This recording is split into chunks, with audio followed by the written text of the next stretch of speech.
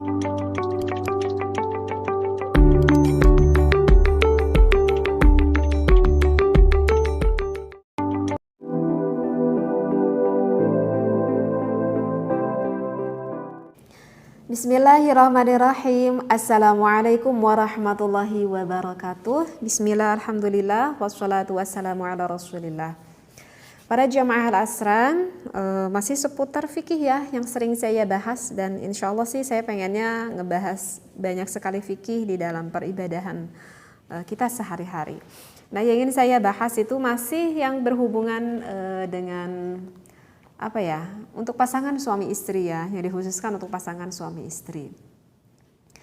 Permasalahannya kali ini itu adalah gimana nih Teh, kalau misalkan gitu ya, pernah gak ada yang mengalami misalkan kita itu udah melakukan berhubungan gitu ya antara pasangan suami istri, terus kemudian kita itu mandi besar. Nah, setelah mandi besar misalkan ada sisanya lagi gitu, keluar lagi air nutfahnya gitu kan. Pernah gak nih para jamaah al-asran di luar sana yang mengalami hal seperti itu gitu ya. Nah, lantas itu hukumnya gimana Teh gitu? Itu harus melakukan mandi besar lagi apa udah dianggap cukup aja gitu? Apa nggak perlu melakukan mandi besar lagi? Nah, ini harus paham ilmunya ya. Kenapa kita harus paham ilmunya ya? Kan ini berhubungan dengan hukum, berhubungan dengan ibadah sholat kan nantinya. Nanti kalau sholatnya nggak diterima gimana ya? Nah, ini jadi harus kita pahami. Baik, saya membawa kitab Fatawi, kebetulan ada di sana keterangannya. Bisa dilihat pada juz ke-1 ya, pada Shahifah ke-14. Bismillahirrahmanirrahim. Lawi ghtasala. Nah, misalkan ada seseorang yang sudah melakukan mandi besar minal janabati, dikarenakan sudah melakukan nih pasangan suami istri tersebut qabla ayyabula. Nah, ini harus diperhatikan ya, karena nanti ada dua pembahasan yang berbeda. Jadi harus konsentrasi dari pertama. Qabla ayyabula, tetapi setelah dia udah melakukan mandi besarnya itu sebelum yaitu mengeluarkan pipisnya atau sebelum kencing deh gitu ya. Au yanama, ataupun sebelum ia tidur. Wasalla, setelah itu orang ini kemudian sholat. Summa kharaja baqiyatal mani, setelah itu kemudian keluar lagi nih sisa air nutfah itu. Fa'alaihi, maka wajib untuk orang tersebut ayyaghtasila, untuk melakukan mandi besar. Indahuma, ini yang dikatakan oleh mazhab Imam Syafi'i dan juga Imam Hanafi. Saya bacakan aja dulu referensinya ya, insya Allah nanti saya terangkan. Khilafan li Abi Yusuf rahimahullahu ta'ala. Nah, ini kalau yang dikatakan oleh Imam Abi Yusuf, walakin tetapinya la yu'idu tilkas sholati, kita tuh nggak perlu mengulanginya lagi sholat. Fi qaulihim jami'an, ini di dalam ucapan ya para ulama seluruhnya. Kada fi dzakhirah, sama juga referensinya dengan apa yang dikatakan di dalam kitab dzakhirah. Walau kharaja ba'da ma bala au nama au masya, misalkan keluarnya itu setelah dia pipis ataupun setelah dia tidur ataupun setelah au masya, setelah ia berjalan, la yajibu alaihil ghuslu. Nah, maka untuk orang tersebut enggak perlu melakukan lagi mandi besar. Ittifaqan, ini udah sepakat ya, kada fit tabyin, dan juga ada di dalam kitab tabyin. Baik. Ini takut yang saya bacakan referensinya agak kurang paham nih Teh. Oke, saya contohkan ya. Jadi di dalam referensi itu barusan dikatakan gini nih permasalahannya. Misalkan ya, ada pasangan suami istri. Ini untuk contoh yang pertama dulu ya. Contoh yang pertama ini saya contohkan kepada seorang perempuan deh gitu ya. Nah, ada pasangan suami istri yang melakukan hubungan biologis. Saya contohkannya siang hari. Melakukan hubungannya pada siang hari. Nah, setelah itu kemudian mandi besar nih ya istrinya tersebut. Misalkan istrinya itu pegawai pabrik deh misalkan gitu ya, mau berangkat kerja gitu ya. Misalkan mau berangkat kerja sekitar jam 12:30 deh mungkin masuknya gitu ya. Nah, ketika mau siap-siap nih sekitar jam 11:30 siang, misalkan suaminya ngajak gitu ya sama istrinya. Ya akhirnya melakukan deh hubungan karena diajak sama suaminya. Nah, beres-beres itu sekitar jam 12 misalkan. Aduh, kata istrinya, aku tuh harus cepet-cepet segera mandi karena aku takut kesiangan, aku mau masuk kerja misalkan. Nah, sehingga udah beres melakukan mandi besar, udah beres melakukan hubungan suami istri, langsung aja istrinya itu mandi besar. Misalkan sampai enggak pipis dulu, ya, enggak pipis dulu gitu. Langsung aja mandi besar. Bahkan ya nggak sempet tidur, gimana mau sempet tidur kan mau berangkat kerja. Nah udah beres mandi besar, kemudian sholat tuh istrinya itu sholat zuhur. Lantas udah beres sholat zuhur gitu ya, mau siap-siap berangkat, kok ini kayak ada yang basah gitu ya di celananya misalkan. Nah lantas dibuka loh oleh istrinya gitu celananya itu, aduh kok ini mah bukan keputihan deh, ini mah agak banyak, ini mah keluar lagi air mani ataupun air nutfah ini mah. Nah itu sebetulnya istri tersebut wajib mandi lagi enggak sih? Nah itu tuh pertanyaan yang pertama. Maka di sini dikatakan kalau kasusnya seperti itu, orang tersebut enggak mandi besarnya, enggak sempat pipis atau enggak sempat tidur dulu gitu ya. Maka di sini dikatakan wajib untuk orang tersebut harus melakukan mandi besarnya lagi. Jadi harus diulangi lagi mandi besarnya? Iya, harus diulangi lagi mandi besarnya. Seperti itu. Aduh, barusan aku kan udah sholat zuhur. Kalau begitu sholat zuhurnya aku harus diulangi lagi dong.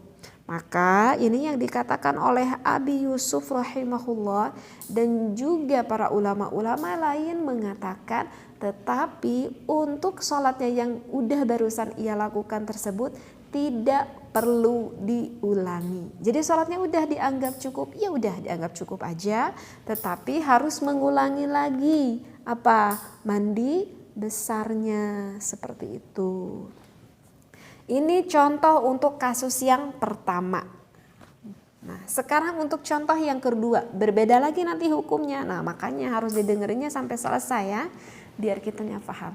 Nah, untuk contoh yang kedua dari barusan referensi yang dia saya bacakan, gimana nih kalau misalkan, nah ini contohnya pada malam hari deh ya. Misalkan bapak nih sama ibu tuh pada malam harinya tuh udah bersenang-senang. Nah, udah itu kan biasa kan untuk menjaga kebersihan ya kita ke kamar mandi dulu dan bahkan disunnahkan ini hukumnya ya, bahkan disunnahkan, nanti saya baca referensinya deh, dan bahkan disunnahkan kalau kita sesudah melakukan berhubungan antara suami dan juga istri itu disunnahkan harus pipis, harus kencing. Kenapa disunnahkan? Karena kalau saya lihat referensi di dalam kitab I'anatul Talibin di sini dikatakan ya, ay wasunnah disunnahkan ayyabula kita itu untuk kencing dulu. Wa qaluhu dan juga ucapan musannif qabla ayyaghtasila sebelum kita melakukan mandi besar. Muta'allaqun dihubungkan biyabula kepada kencing tersebut. Liyakhruja ma baqiya ay minal mani, supaya apa? Supaya air kencing itu bisa mengeluarkan sisa air mani kita. Nah, jadi sunnah di dalam kitab I'anah dikatakan kalau suami istri udah melakukan berhubungan biologis itu jangan langsung tidur. Jaga dulu kesehatan, jaga dulu kebersihan. Dua-duanya suami istri harus ke kamar mandi, harus apa? Harus pipis, harus kencing. Kenapa disunahkan harus kencing? Karena kalau misalkan kita kencing, kita pipis itu sisa-sisa air nutfah yang ada di area dalam akan terdorong oleh air pipis tersebut. Seperti itu ya. Jadi sunnah. Terkadang kan suka ada ya, pernah gak kejadian? Setelah berhubungan gak tahu jual ujuk-ujuk ngantuk aja gitu ya, pernah gak seperti itu ya, jual ujuk-ujuk ngantuk aja gak sadar itu ya, gak sadar jadi ujuk-ujuk tidur aja gak sadar, tahu-tahunya udah subuh misalkan Itu saking gak kuat ngantuknya mungkin ya, seperti itu. Nah sebetulnya itu kurang baik. Kenapa ya? Karena kan dikhawatirkan nanti ada bakteri yang tertimbun, yang tersisa di area, apalagi pada perempuan ya, di area pada perempuan itu kurang baik pada kesehatan ya. Tapi terkadang kan suka ada ya seperti itu, nggak tahu udah beres langsung aja ngantuk ya, capek kali ya seperti itu. Nah baik, saya ulangi lagi. Ini untuk pertanyaan yang kedua nih. Tadi agak ngelantur ya. Habis harus jelaskan ya. Untuk pertanyaan yang kedua saya ulangi lagi. Kalau misalkan setelah melakukan berhubungan itu, misalkan sempat kita itu sampai pipis dulu, bahkan udah itu kita nggak langsung melakukan mandi besar, udah itu ya kita tidur, udah aja nanti mandinya subuh gitu ya.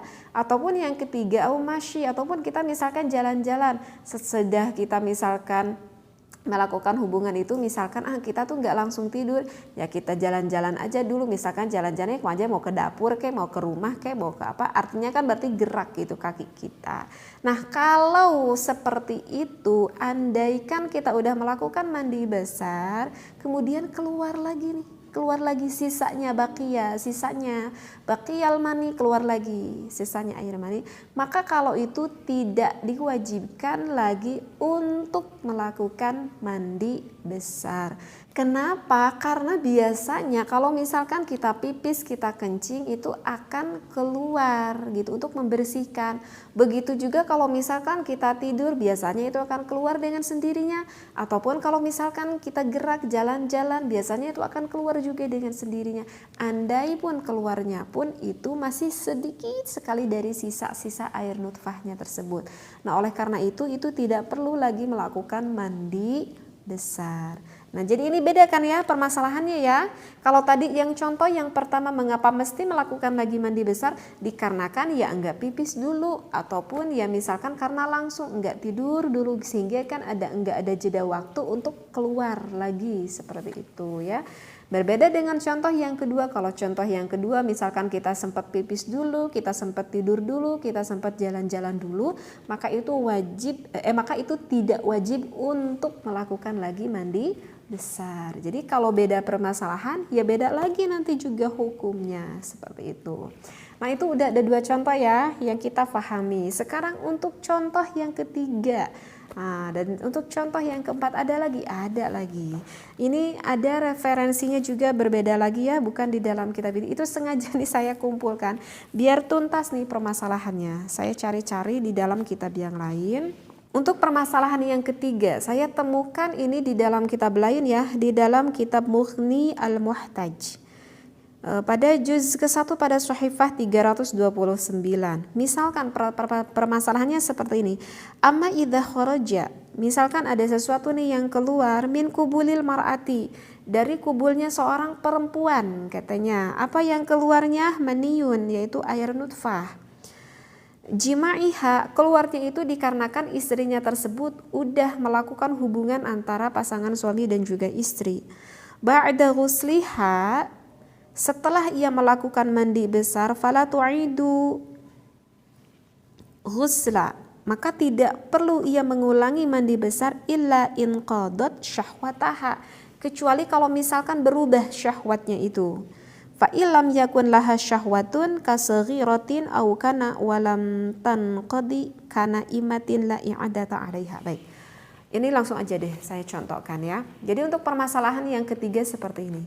Misalkan kita itu udah melakukan hubungan suami istri, kemudian kita udah selesai mandi besar,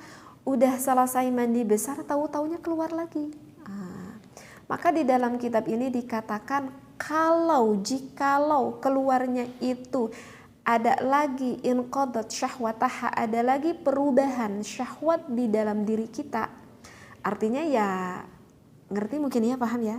Artinya ya ada lagi gairah yang memuncak lagi, kemudian keluar lagi air nutfahnya tersebut. Kalau misalkan ada lagi keluar lagi gairah yang cukup tinggi sehingga mengeluarkan lagi air mani, maka itu otomatis wajib bagi orang tersebut harus melakukan lagi mandi besar. Tetapi jika kita udah melakukan mandi besar, Misalkan itu keluar lagi, tapi keluar laginya itu enggak ada rasa syahwat sama sekali, enggak ada rasa syahwat. Ya ujuk-ujuk keluar aja gitu sisa air nutfahnya. Maka kalau enggak ada rasa syahwat sama sekali, itu tidak mewajibkan lagi untuk mandi besar. Gitu ya. Insya Allah paham ya. Jadi sekali lagi yang ketiga contohnya, kalau keluar laginya ada rasa lagi syahwat, maka wajib lagi mandi besar ya. Jadi yang sebelumnya itu enggak syah. Dan kalau misalkan keluarnya lagi tidak ada rasa syahwat sama sekali, maka itu tidak mewajibkan untuk mandi besar gitu ya. Jadi di dalam pembahasan ini kalau ada pertanyaan, Teh, gimana kalau misalkan udah mandi besar, keluar lagi air nutfahnya, itu wajib mandi atau tidak? Nah, maka jawabannya itu ada 4 jawaban karena setiap keluar itu berbeda kasusnya. Insya Allah ya bisa difahami ya satu persatu contohnya. Mudah-mudahan apa yang saya sampaikan ini, dan ini memang wajib loh, terutama bagi pasangan suami istri harus mengetahui tentang fikih keibadahan kita sehari-hari agar apa? Agar nanti ibadah kita, wabil khusus sholat kitanya itu syah, diterima oleh Allah Subhanahu wa ta'ala. Wallahu a'lam wabillahi taufiq wal hidayah. Wassalamualaikum warahmatullahi wabarakatuh.